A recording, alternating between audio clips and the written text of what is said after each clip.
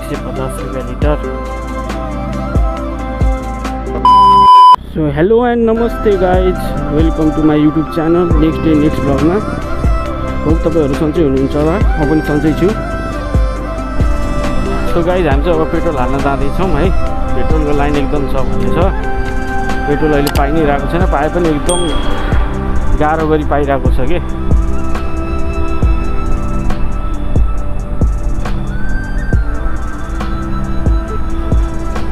यत्रो लामो लाइन छ यार, यति गाह्रो छ हो। 150 रुपये लिटर।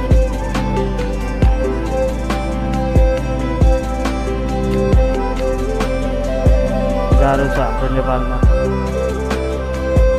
मैले भनेको थिएँ पहिला पनि भिडियो पनि भनेको थिएँ 100 कति थियो त्यति बेला, 138 कति थियो, 140 भयो, 45 भयो, 50 नै भयो, 180 पनि सुन्दै।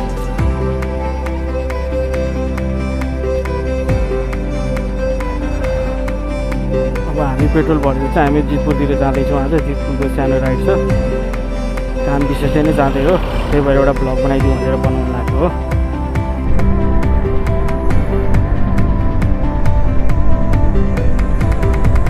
पेट्रोल पनि हालियो। अब चाहिँ हामी जितपुर जाँदैछौँ।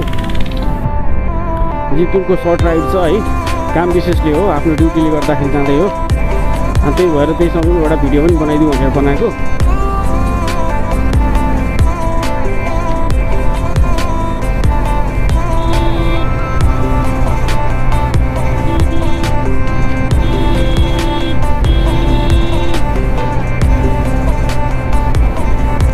पेट्रोल त एकदम महँगो भयो है।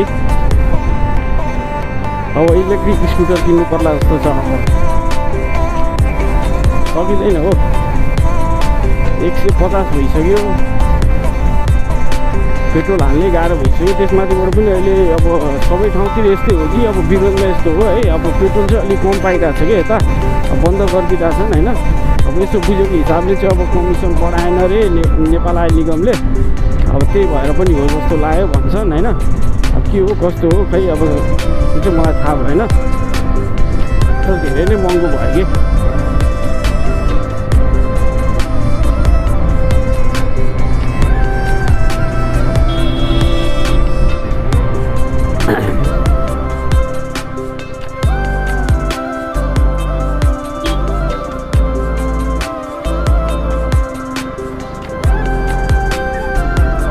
अलि हामीले चाहिँ विचार गरेर चलाउनु पर्छ होइन हाइवेमा,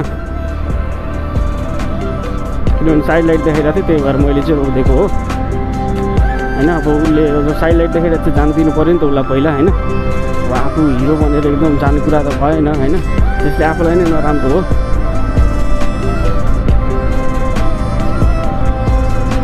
आफूले पनि विचार पुऱ्याउनु पर्छ होइन, किनभने उसले साइड लाइट दिँदाखेरि पनि आफूले जबरजस्ती अगाडि बढ्न खोज्यो भने त एक्सिडेन्ट नै हुन्छ है। म चाहिँ आज अलिक चाँडै नै जानुपर्ने थियो, अब अलिक सानो काम बिग्रनै पर्यो भएर चाहिँ म अलिक ढिलो निस्केँ। मेरो म्यानेजर सरले अब मलाई कल गरेर चाहिँ कहाँ हुनुहुन्छ भन्दै हुनुहुन्थ्यो, ढिलो गर्नुभयो भन्दै हुनुहुन्थ्यो कि। अनि सबैतिर हेर्नै पऱ्यो है। मार्केटिङको ड्युटी गाह्रो छ।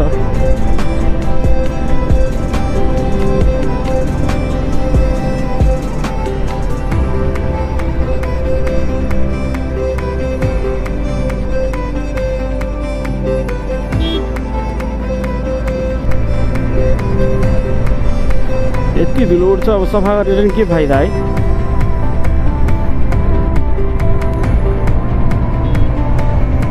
एउटा कुरामा चाहिँ धेरै दुःख लाग्ने क्या साथीहरू होइन, हामी जस्तो यो नयाँ युजरहरूको, नयाँ युट्युबरहरूको होइन सब्सक्राइबरै नबढ्ने कि होइन। अब सायद भिडियो नराम्रो भएर पनि होला होइन। अब अरू भ्लगरहरू जस्तो चाहिँ अब छैन हाम्रो भ्लग, सायद हाम्रो त नभनौँ होइन, मेरो चाहिँ छैन होला होइन। मेरो एडिटिङ पनि छैन होइन, त्यस्तो खासै होइन। अब मलाई त्यति खासै बोल्न पनि नआउने भएर होला होइन। मेरो चाहिँ सब्सक्राइबरै बढिरहेको छैन कि, झन् घट्दैछ कि। अब के हो कस्तो हो होइन। अब भिडियो नराम्रो लागेर घटाउँदै गएको हो कि साथीहरूले अनसब्सक्राइब गरे हो कि है, त्यस्तो चाहिँ नगरिदिनु होला होइन।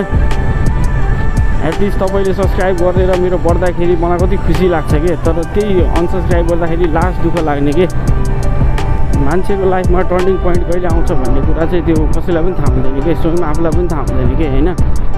जस्तै हाम्रो प्रिदेव जोशी ब्रोलाई नै हेर्नुहोस् होइन, आजभन्दा 2 वर्ष अगाडिसम्म उहाँले कति मिहिनेत गर्नुहुन्थ्यो, भिडियो हाल्नुहुन्थ्यो मोबाइलबाट, सानोतिनो मोबाइलबाट गर्नुहुन्थ्यो होइन, साइकलमा गर्नुहुन्थ्यो होइन।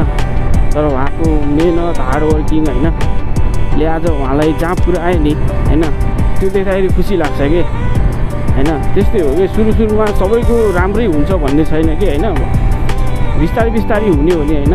कमी कमजोरीहरू होइन भन्दै गएपछि होइन, यो कमी कमजोरी छ यो भिडियोमा, यस्तो छ यस्तो गर्नुपर्छ भन्दै गएपछि होइन, बिस्तारै सिकिँदै गइन्छ होइन।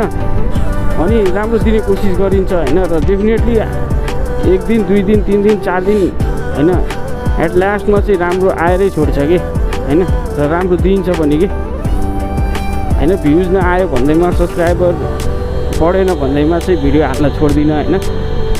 जस्तो सक्छु जस्तो हुन्छ होइन, हाल्न चाहिँ हालिरहन्छु कि, यो चाहिँ मैले सोचेकै छु है। अब भोलि अब अगाडि गएर के हुन्छ कस्तो हुन्छ त्यो चाहिँ थाहा छैन। त्यही भएर आज जे छ होइन त्यसमै मिहिनेत गरौँ न, भोलि के हुन्छ के थाहा।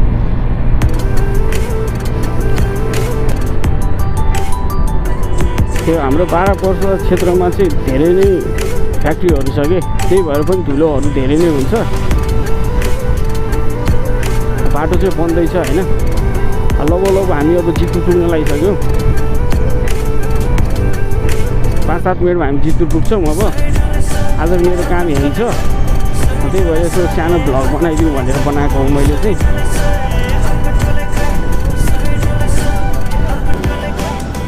सो साथीहरू होइन, यो चाहिँ नयाँ भ्लगर हो होइन, यो सानो भ्लगर हो, यसको भिडियो राम्रो छैन भनेर चाहिँ के अरे डोमिनेट नगरिदिनु होला है।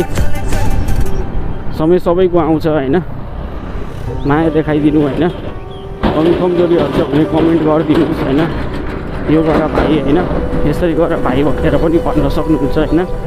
सकेसम्म कोसिस गर्छु होइन, हरेक भिडियोलाई सुधार्दै जाने कोसिस गर्छु होइन। हरेक ब्लगहरूमा केही न केही कमजोरीहरूलाई सुधार्ने कोसिस गर्छु। माया देखाइदिनुहोस्, साथ सपोर्ट गरिदिनुहोस् होइन, माया कम नगर्नुहोस् न।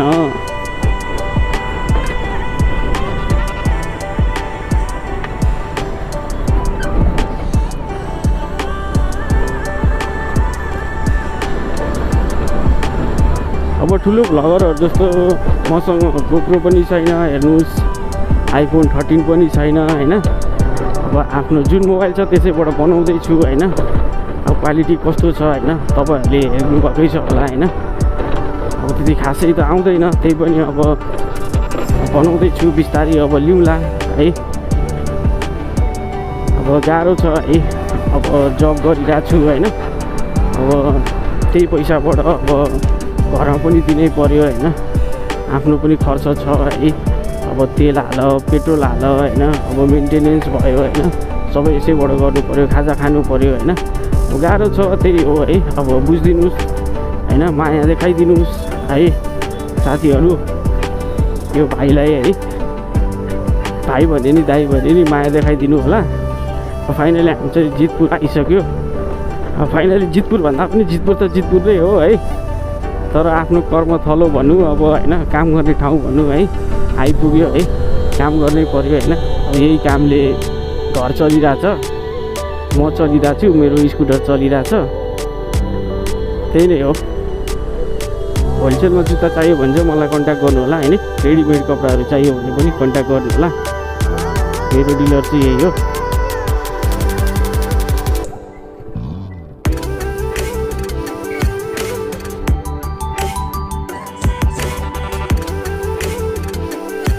होलसेलमा जुत्ता चप्पल चाहियो भने, कपडा चाहियो भने चाहिँ मलाई कन्ट्याक्ट गर्नु होला है साथीहरू। आज ब्लग चाहिँ यहीँसम्मको लागि हो।